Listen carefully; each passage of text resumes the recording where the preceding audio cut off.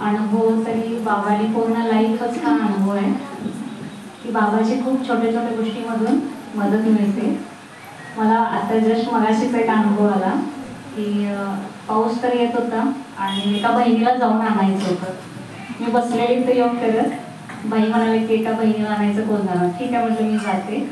आणि पाऊस पण येत होता.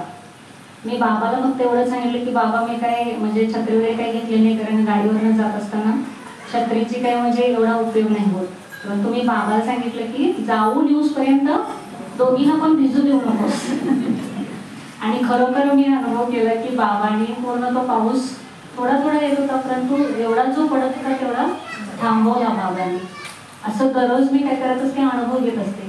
परंतु सुरुवातीचं जसं मी ज्ञान मार्गात आले, मला एक म्हणजे जी एक कन्या होती, म्हणजे ह्याच गावची आहे तशी ती 1.5 वर्ष मला सांगत होती की असं आहे तसं आहे ब्रह्मकुमारीचं सांगत होती. परंतु माझ्या काही जास्त ते डोक्यात जात नव्हतं. मग कॉलेज पूर्ण झाल्यानंतर ना मी काय करायचं म्हणून मग तीच सुचवली की आपण काय करूया, टायपिंग करूया. आणि त्या टायपिंगच्या शेजारीच काय होतं, ते ब्रह्मकुमारी सेंटर होतं. आणि ठीक आहे, मग तिला खूप आवड होती मुरली वाचायची. तिला मुरली वाचत होती. मला काय मुरली वगैरे काय माहीत नव्हतं. मी तिला म्हणायची तू जा आत, मी थांबते बाहेर. मग ती जायची, जी जेवढा आत जाऊन ती बसायची, मुरली वाचायची, सेवा करून यायची, तोपर्यंत मी बाहेर थांबायची, उभी राहायची. मला काय आत यायचं नाहीये. परंतु एक माता अशीच मुरली लिहून घेत होती आणि मी फक्त बघितलं आणि त्या मातेचा चेहरा एवढा म्हणजे प्रसन्न, ते आकर्षण. मग मी स्वतःच म्हणजे रिअलाइज केलं की एवढे वयस्कर माता तरी सुद्धा चेहरा कसं काय एवढा आकर्षित वाटावा. खूप काही असं वेगळं बघितलं त्यांच्यामध्ये. आणि मग त्याच म्हणायला की जी कन्या होती ना माझ्यासोबत, तिला ती मातेनं म्हटलं की ही आत्मा आत का येत नाही. मग मी असंच 7 दिवस काय करले, मी बाहेर थांबले, ती आत जायची, मी बाहेर थांबायची. हेच काय होतं, 7 दिवस हे चालू होतं. आणि बहिणीने हे सगळं बघितलं. माझ्या समोर ज्या म्हणजे कन्या आता बसलेल्या आहेत, त्या समोर किती बहिणी म्हणून त्या मला पाहायच्या. आणि मग बहिणीने काय केलं, बोलवला मला, म्हणाले की तुझा कोर्स करूया.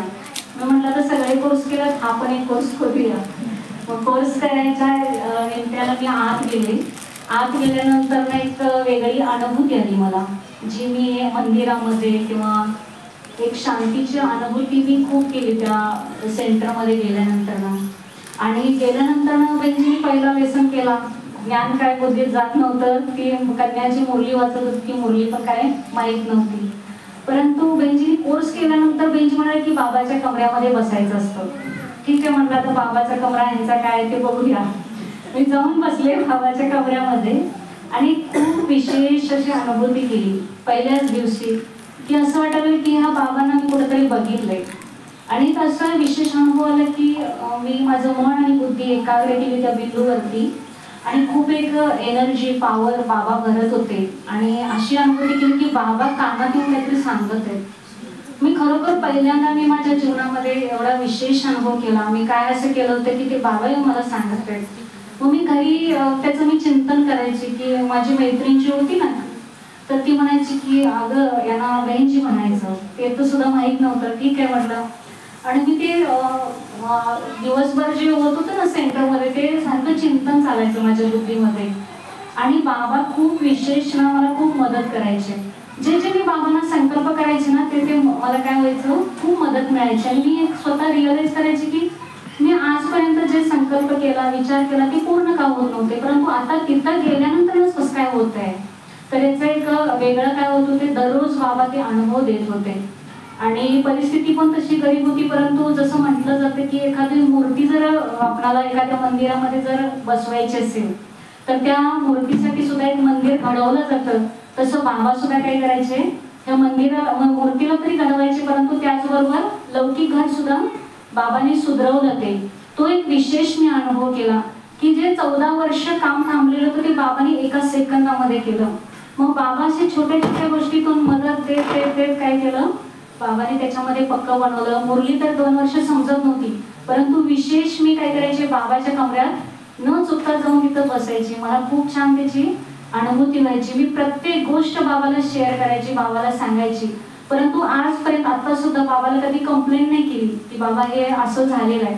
परंतु बाबाला एक विश्वासाने काय करायची, बाबा हे करायचंय मला, आणि बाबाची मी कधी म्हणत नाही की बाबा तुम्ही मला मदत करा, परंतु बाबा हजारो पटीनं मदत अजून सुद्धा करतात. आणि खूप ह्या जीवनामध्ये बाबा खूप अनुभवी बनवत आहेत. आणि एक विशेष माझं आता म्हणजे पुरुषार्थ जो असतो तो वरदानावरती असतो, की वरदानामधून मला प्रत्येक प्रश्नाचं उत्तर बाबा मला देत असतात. मी कुणाला विचारत नाही, परंतु ज्या ज्या वेळेस मला संकल्प येतो त्या त्यावेळेस बाबा त्या प्रश्नाचं बरोबर उत्तर देतात.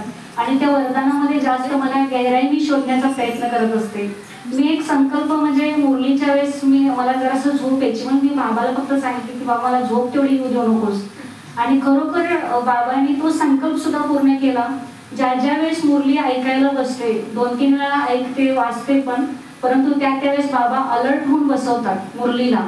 आणि त्या छोट्या छोट्या गोष्टीत बाबांनी श्रीमत काय डीप मध्ये दिलेले आहे त्याचा विशेष मी अनुभव करते. मी बेंजीना सुद्धा प्रश्न विचारते की बेंजी बाबांनी ॲक्युरेट श्रीमत काय दिलेली आहे, तर त्याला मी जास्तीत जास्त कॅच करण्याचा प्रयत्न करते. आणि बाबा हर एक म्हणजे संकल्प करायच्या अगोदर सुद्धा ते बाबा काय करतात, पूर्ण करतात. असा हा जीवनाचा माझा प्रवास सुरूच आहे. अच्छा, शांती.